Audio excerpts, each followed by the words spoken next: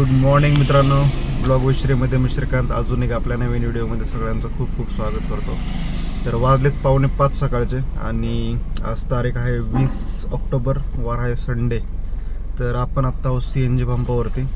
पहिला CNG भरून घेऊ आणि सकाळी लवकर उठणे आणि पहिलं 1 तास तरी व्यायाम करणे, CNG गाडी नसेल तर CNG भरणे आणि पुढचं काम करणे. आता आपण पहिला CNG भरून घेऊ. मी आता CNG पंपावरती CNG पण भरून झाला आहे आणि आज इथे दिसते समोर तुम्हाला बघा मॅरेथॉन दिसते. जवळजवळ आवनमधून इथे बालेवाडी हाय स्ट्रीट पर्यंत आज सगळीकडे यांनी बॅरिगेड लावून एक लेन बंद केली आणि मी ज्या लेनमध्ये रोज एक्सरसाइज करतो ते लेन पण बंद आहे. तर तिथे जाऊन बघूयात आपण जागा कुठे भेटते आपल्याला आज एक्सरसाइज करायला.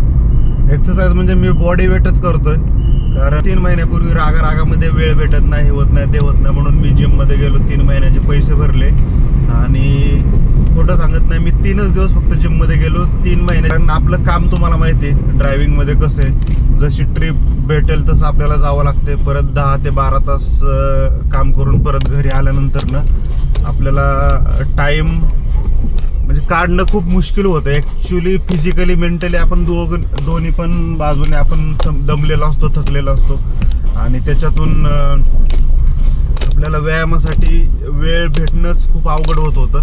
म्हणजे मग नंतर ना मग मी त्याच्यावरती सोल्युशन म्हणून आता हेच करतो की जर ट्रिप असेल तर चांगलंच आहे. म्हणजे ट्रिप असेल तर त्या टायमानुसार मी सगळे ॲडजस्ट करतो. जर ट्रिप नसेल तर मी घरातूनच आंघोळ वगैरे करून सगळं रेडी होऊन मी कोणत्या लोकेशनला एक्सरसाइज करतो ते तुम्हाला मी दाखवतो. तुम्ही कधी पण 4:30 ते 6 वाजेपर्यंत तिथे जरी आला तरी पण मी तुम्हाला भेटेन. तर चला बघूयात आता आपण.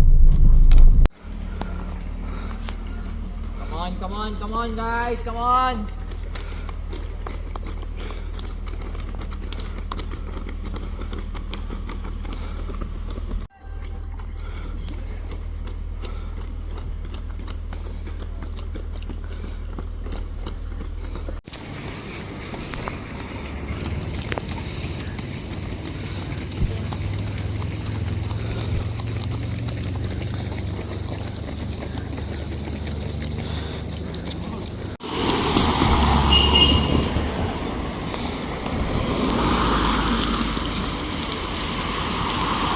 हे ज्युपिटर हॉस्पिटल तुम्हाला समोर दिसतंय आणि हा जो रोड जातोय तो औंधला जातो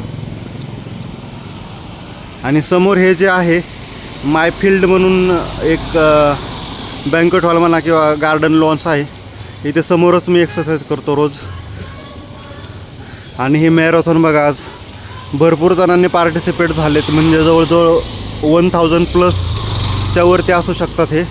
आणि ह्यांची जी मॅरेथॉनचं डिस्टन्स आहे एक 20 किलोमीटरची आहे आणि एक 42 किलोमीटरची. ते व्हॉलंटिअरला विचारलं मी, भाई मॅरेथॉन ह्या बाजूला पण आहे पण रक्षक चौकातून आता राईड घ्यायचं म्हटलं तर कुठून जावं ते समजत नाही. वाटतं पुढे जाऊनच युटर्न मारून परत यावं लागेल वाटतं. राईट टर्न आहे रक्षक चौकातनं, तो बंद केला आहे. तर आपल्याला पुढे पिंपळे सौदागरच्या ब्रिज खालून परत युटर्न मारून यावं लागेल.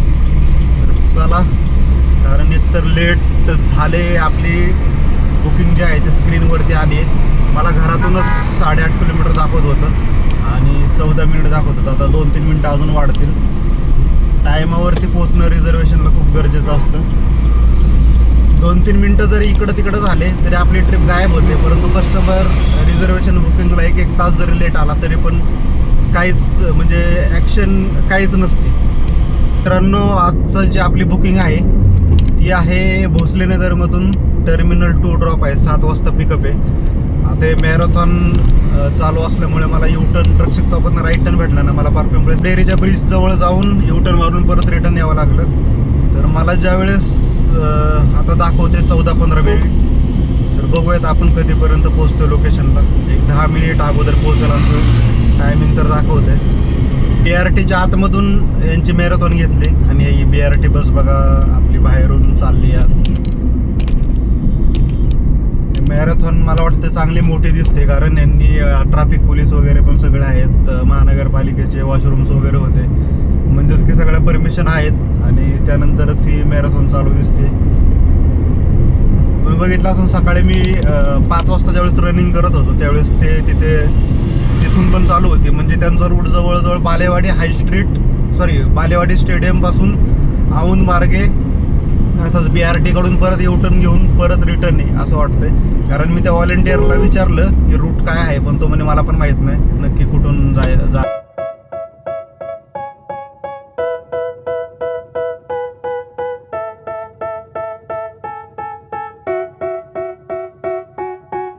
They tell me that I'm never gonna make it. They want me to do something that could make sense. They hate when I keep dreaming I'll be famous, but I don't give a fuck, I'ma keep chasing. I got all this potential that's deep inside of me, but they hate when you're successful cause they try to be. They sit there being judgmental because you're trying things, and they just want you to आपण आलेलो आहोत pickup लोकेशनला. हे आता किती श्रीतेश म्हणून आहेत 10 मिनटं. आपण पहिल्यांदा करूया 10 मिनटं वेट, बघू कस्टमर टायमात येते का काय. I don't ever slow up, no I don't take shit. I got no love for the fakeness. If you wanna play tough and wanna hate this, I'll always show up. I don't ever slow up, no I don't take shit. I got no love for the fakeness. If you wanna play tough and wanna hate this, I'll always show up and make a statement. I don't ever slow up, no I don't take shit. I got no love for the fakeness. If you wanna play tough and wanna hate this, I'll always show up and make a statement. Everything I do so instinctive and so passionate. Every word I move so descriptive like an adjective. I got a vendetta against people who patented being negative when you should be getting after it. I got facts over truth. वाजले ते मित्रांनो सकाळचे 10:15 आणि आता just आपला drop झाला terminal 2ला. तर आज संडे म्हणजे एकदम फंडेच आहे. आपण सकाळी 7:15 वाजता निघालोय पुण्यातून. फूड मॉल वगैरे सगळं करून 10:15 वाजता आपला ड्रॉप झाला. म्हणजे ट्रॅफिक काहीच नव्हतं, पूर्ण रस्ते खाली होते. जसं आपण म्हणजे रात्रीचं 12-1 नंतर जसे रस्ते खाली असतात त्या पद्धतीने सगळे रस्ते खाली होते. त्याच्यामुळं फूड मॉल घेऊन पण आपण 3 तासामध्ये ड्रॉप केलेला आहे. तर पहिला CNG भरू. आता येताना ब्रेकफास्ट फूड मॉलवरतीच झाला होता. बघू आता मग सकाळी एक मित्राने ड्रॉप केला होता, त्याला तर पडली रिटर्न आता जस्ट. बघू आता आपल्याला CNG वगैरे भरू आणि कधीपर्यंत रिटर्न पडते बुकिंग करूयात वेट कुठेतरी जाऊन. जो आपला मित्र होता मित्रांनो की तुम्हाला मी पाठीमागच्या व्हिडिओमध्ये सांगितलं होतं की राहुल म्हणून त्याला मुंबईमध्ये फेक बुकिंग पडलं आणि त्याचं अकाउंट 28 दिवसांसाठी ब्लॉक केलं. तर त्याचं अकाउंट परत आता चालू झालेलं आहे, म्हणजे 2 दिवसामध्येच चालू झालं. त्यांनी रिव्ह्यू वगैरे केलं व्यवस्थित त्याचं, ती जी काय तिकीट होतं ते, आणि त्याचं अकाउंट चालू झालं परत. कारण त्याच्यामध्ये त्यांना जाणवलं की एका ड्रायव्हरनेच फेक बुकिंग टाकली होती आणि त्यांनी ते रिझन देऊन त्याच्यामुळे ह्याचं अकाउंट ब्लॉक झालं होतं. म्हणजे ह्याचं अकाउंट चालू झालं म्हणजे समोरच्या व्यक्तीचं 100% अकाउंट ब्लॉक झालेलंच असणार आहे. तर अशा पद्धतीने ज्यावेळेस आपण एखाद्याचं वाईट करतो त्यावेळेस आपलं स्वतःचं पण वाईट होतं. त्याच्यामुळे कधी पण चांगलं करण्याचा प्रयत्न केला पाहिजे आपण दुसऱ्यांचं. तर मित्रांनो वाजले 11:30 आणि आता जस्ट आपल्याला बुकिंग मिळाली आहे वारजे माळवाडीची. इथून पवई हिरानंदनीमधूनच पडली. तर चला कस्टमरला पिकअप करूया. 1.5 किलोमीटर वरती कस्टमर आहे. 5 मिनिट दाखवते.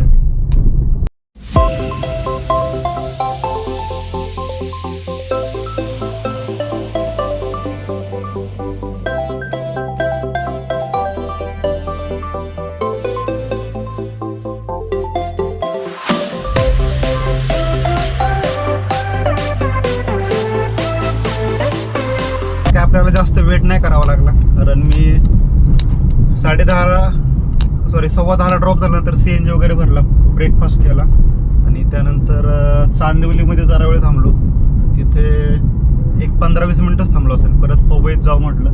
पवईत आलो तर लगेच ही बुकिंग मिळाली आपल्याला. एक म्हणजे गाडी पार्कच करत होतो तेवढ्यात वाजली.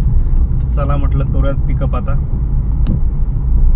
आज काय फेक वगैरे बुकिंग कसलीच वाजली नाही आणि संडे असल्यामुळे काय बुकिंगचा फ्लो जरा चांगलाच असतो, त्याच्यामुळे पण काय प्रॉब्लेम नसतो. मी ज्या मॅडमला मंथली म्हणजे 2-3 वेळा पवईमध्ये ड्रॉप करतो त्यांच्याच बिल्डिंगमधून आपल्याला हा पिकअप भेटला आहे. या समोरची जी बिल्डिंग आहे इथेच मी ड्रॉप करतो त्यांना दरवेळेस.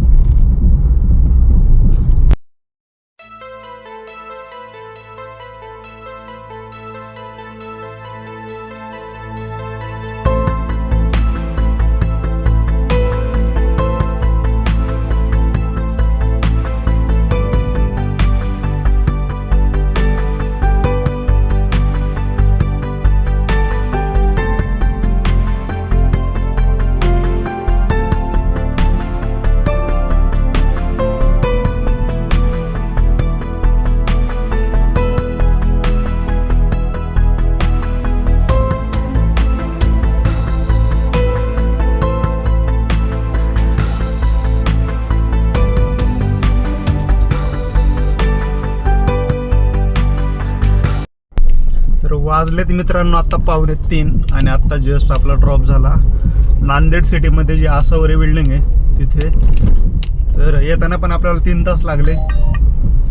स्टॉपच आलो आपण कुठं पण तळेगावच्या पुढे आल्यावर थोडंसं थांबलो कारण झोप लागल्यासारखं झालं. थोडंसं फ्रेश झालो. त्यानंतर कस्टमरने जाऊन चहा पण घेऊन आले, चहा पिलो. त्यानंतर झोप वगैरे पूर्ण केली. आणि तुम्हाला बोललो तुम्ही पवईतून एका मित्राला ट्रिप पडली म्हणून आणि त्याला मी फोन केला पोहोचला का, तर तो बोलला पोहोचलो. पण म्हटलं मला तळेगावला पोलिसांनी पकडलं आणि युनिफॉर्म नव्हता त्याच्यामुळं त्याला म्हणजे 100 रुपये द्यावे लागले. आणि येताना पण ज्यावेळेस मी म्हणजे मानखुर्द ब्रिजवरनं आपल्या इकडे लेफ्ट घेतला त्यावेळेस तिथं पण एक MS-14ची गाडी पकडली होती. त्या पण भावाने युनिफॉर्म घातलेला नव्हता. त्याच्यानंतर पुढे आलो वाशी ब्रिजवरनं उतरलो तिथं पण आपली एक MS-12 पकडली होती. त्यांनी पण युनिफॉर्म नव्हता घातला. युनिफॉर्म म्हणजे काय व्हाईट शर्ट ब्लॅक पॅन्ट. तर असा टुरिस्ट गाडीसाठी युनिफॉर्म आहे. आणि जे कोणी मुंबईला जाते त्यांनी हा घालाच, कारण आपले जरी डॉक्युमेंट वगैरे सगळे क्लिअर असले तरी थोड्या थोड्या कारणांवरनं आपल्याला पकडलं जातं. त्याच्यामुळं बुकिंग पण आपल्याला एकदम चांगली आली. आता बिझनेस प्रीमियर आली, बालेवाडी ड्रॉप.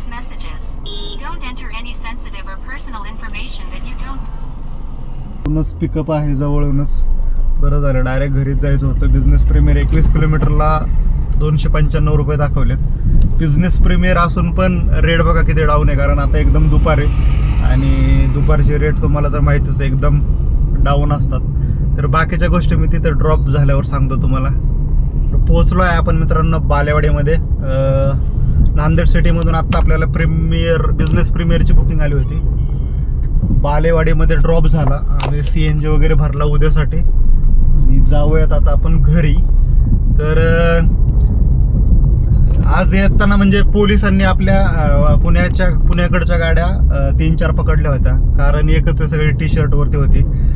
जास्त म्हणजे शक्यतो ज्यावेळेस आपण मुंबईला जातो त्यावेळेस व्हाईट शर्ट घालण्याचा प्रयत्न करा आणि फाईनपासून वाचा. आणि दुसरी गोष्ट एक छोट्या छोट्या ट्रिक असतात त्या तुम्हाला मी सांगतो. टोल नाक्यावरती तुम्ही बघितलं असेल तर प्रत्येक टोल नाक्यावरती ब्रिजच्या खाली ट्रॅफिकवाले थांबलेले असतात. तर ज्यावेळेस आपण पुण्याकडून मुंबईकडे जात असतो त्यावेळेस जो पहिला आपल्याला तळेगावचा टोल नाका लागतो तिथे आपल्याला पूर्णपणे राईटनी गाडी घालायची.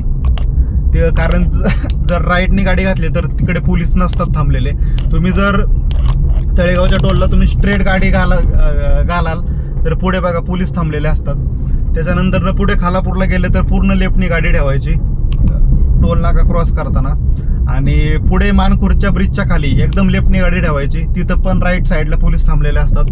आपले युनिफॉर्म जर घातलेला नसेल किंवा पुणे पासिंग गाडी बघितली तर ते बाजूला घेतात आणि मग 100, 200, 300 जो काय फाईन असेल तो आपल्याला द्यावा लागतो. त्यानंतर मुंबईवरून पुण्याकडे येत असताना खालापूरचा टोल नाका जो आहे पहिला लागतो आपल्याला, पूर्णपणे लेफ्टनी गाडी घालायची. आणि पुढे तळेगावच्या टोलला सुद्धा पूर्णपणे लेफ्टनी गाडी घालायची. तर एवढंच लक्षात ठेवा, फक्त तळेगावच्या टोलला राईटनी ठेवायची आणि जेवढे पण बाकीचे टोल आहेत तेवढ्याला पूर्णपणे लेफ्टनी गाडी आपल्याला ठेवायची आहे, जेणेकरून आपल्याला पोलीस हात देणार नाहीत. आणि म्हणजे ह्या छोट्या छोट्या गोष्टी असतात त्या लक्ष आपला ड्रायव्हर पेशा आहे तर कमीत कमी आपलं निरीक्षण पाहिजे. कुठल्या ठिकाणी ट्रॅफिकवाले असतात, कुठं स्पीड गन असते, कुठं रोडला खड्डा आहे, कुठल्या टर्नला आपल्याला कितीचं स्पीड ठेवलं पाहिजे. या छोट्या छोट्या गोष्टी असतात या ज्यावेळेस आपण डेली रुटीनमध्ये चालत असतो त्यावेळेस आपल्याला त्या समजतात आणि त्या लक्षात ठेवा. तर तुम्ही म्हणता काय हे छोट्या छोट्या गोष्टी सांगतोय, पण छोट्या छोट्या गोष्टी सुद्धा आपल्याला कधी कधी अडचणी पैदा करू शकतात. त्याच्यामुळं ज्या काही छोट्या छोट्या गोष्टी असतात निरीक्षण हे ड्रायव्हरचं एकदम भारीतलं पाहिजे. पूर आपले म्हणजे मित्रांचं असतं व्हिडिओ बघत असताना की बाबा दिवसभर यांनी काम तर केलं पण अर्निंग किती केलं. तर तुम्हाला माहिती मी अर्निंग काय सांगत नाही. पैसे म्हणजे किती कमवले याच्यात काहीच अर्थ नाही मित्रांनो. तुम्हाला जे करायचं ते तुम्ही बिंदास करा. परंतु हे फक्त मी व्हिडिओ बनवतो याच्यासाठीच की फायदा आपल्याला म्हणजे चुकीच्या गोष्टी आपण काय केल्या नाही पाहिजे आणि आपले जास्तीत जास्त अर्निंग कुठल्या पद्धतीने होईल.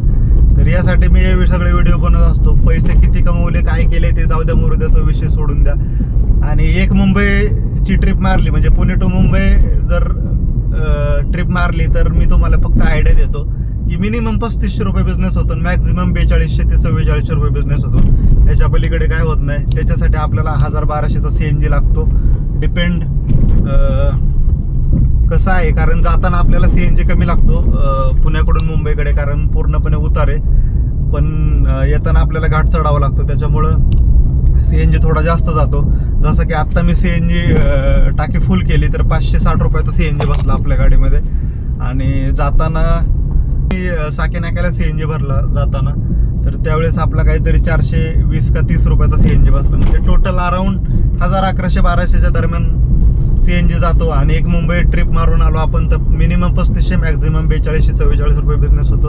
हे फक्त एक तुमच्या माहितीसाठी सांगतो मी. बाकी तर मित्रांनो, आता हा व्हिडिओ आपण इथेच थांबूयात. व्हिडिओ आवडलाच नक्की लाईक करा, शेअर करा, कमेंट करा. भेटूयात पुन्हा एकदा अशाच एका नवीन व्हिडिओमध्ये. तोपर्यंत बाय बाय, टेक केअर.